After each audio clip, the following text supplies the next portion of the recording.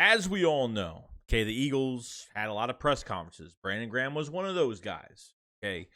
And, the signing of Derek Barnett, the re-signing of Derek Barnett, I think it just added another feather to the cap for Howie Roseman. It was just saying, you know what?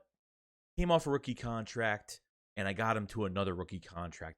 Kind of just made it like a done deal. Like it was a big promotion for him to do that it was the right move to do. Actually getting, $13 million in 2 years, whatever it is. Okay. Even though I think his contract is voided, I think after this year, I think they won't really lose much out of it if he leaves, if Barnett is gone after this year. But Brandon Graham, I can't say his name, said he talked to Derek Barnett, and one of the reasons Barnett wanted to come back was to try to show the fans that he could play at a high level. Really now? Interesting.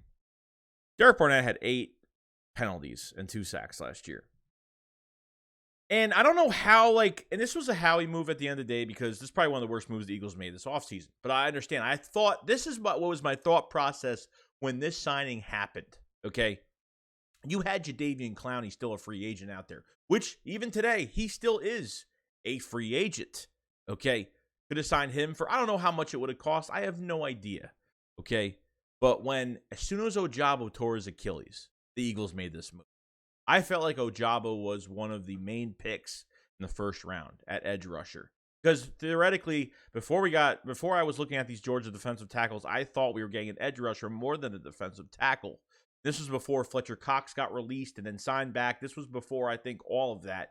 When all that happened, when Fletch was still on contract for another few years.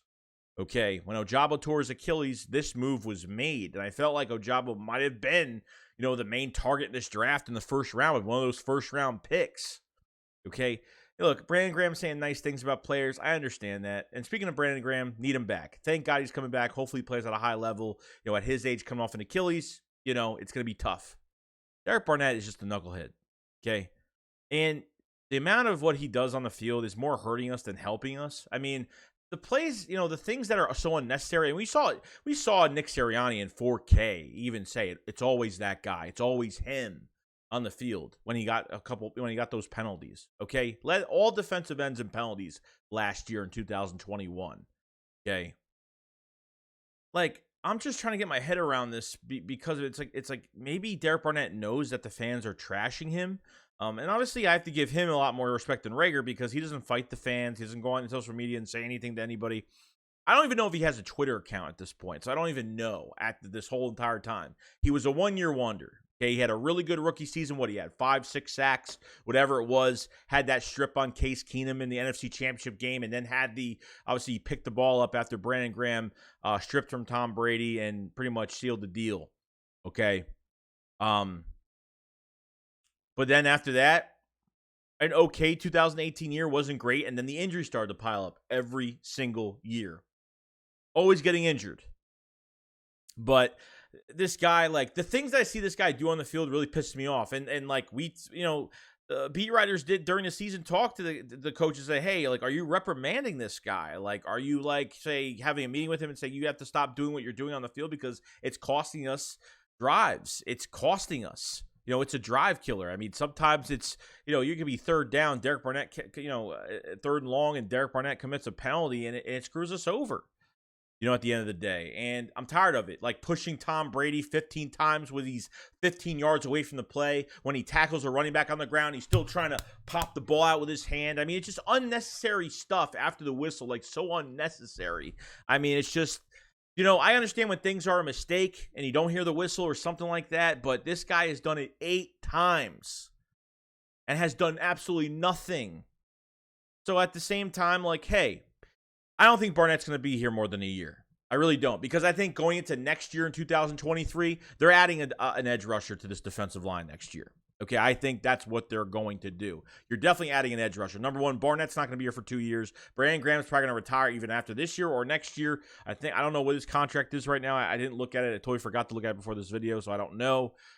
Josh Sweat is a 7 to 9 sack guy for what he's getting paid for, and didn't really. He ended up getting injured last year, and I think coming off, it was slow for him. You know what I mean? So he didn't really pop out too much as I wanted him to. And hopefully Josh Sweat has a better year this year. That's what I am hoping. But Barnett, I don't see anything happening with him. I really don't. And look, I'm hoping as long as he gives us pressures, I don't care about sack numbers, but he's just causing us dry. He costs his defense to get off the field. I mean, that's the only problem I have with him. He's not the 14th overall pick. He doesn't play like that. He's playing like a 4th round pick, a 3rd to a 4th round pick.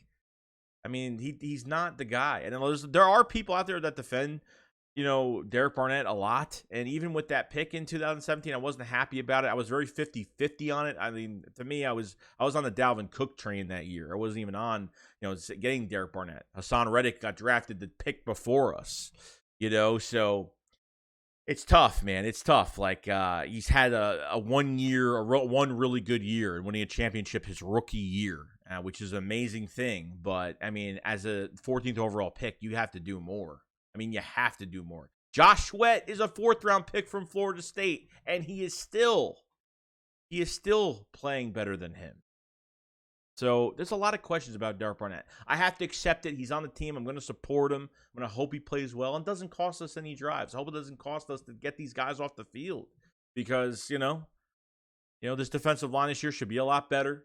Hopefully Barnett could help, one of these defensive tackles. Hopefully, I don't know where Barnett's going to line up. He's not going to be starting. I think he'll be a 2nd or 3rd rotation line, probably 2nd rotation line. Who knows? We'll see. But I don't see Barnett being here after a year. I don't. I feel like we're going to pay him, and then we're going to let him go on a voided contract. He's not going to count next year, and we go draft an edge rusher next year. I think that's the way they're going to do it. I think that's the way it's going to go. So we'll see. I'm not talking about next year in 23 so much, but Barnett's got to step it up. I mean, if he has a really good year this year, that's great. You'll have him on contract for another year, and you can do whatever you want with him. So that's fine. So it's a win-win for the Eagles regardless. If he's off the team, it's a win. And if he stays on the team and plays well, it's a win. So it's a win-win in my eyes. Okay? So in the comment section below, you let me know what you guys think about Derek Barnett staying with the Eagles. And Brandon Graham's comment about Derek Barnett, want to be worthy of the fans of Philadelphia and wanting to play, up to our standards of how he should be playing. Because we all know he is not playing like the 14th overall pick and hasn't since probably his rookie year. So other than that, guys, that's pretty much it. I will see you guys on the next one. SHAKESQUAD up, follow, slide. Peace out, guys. Peace.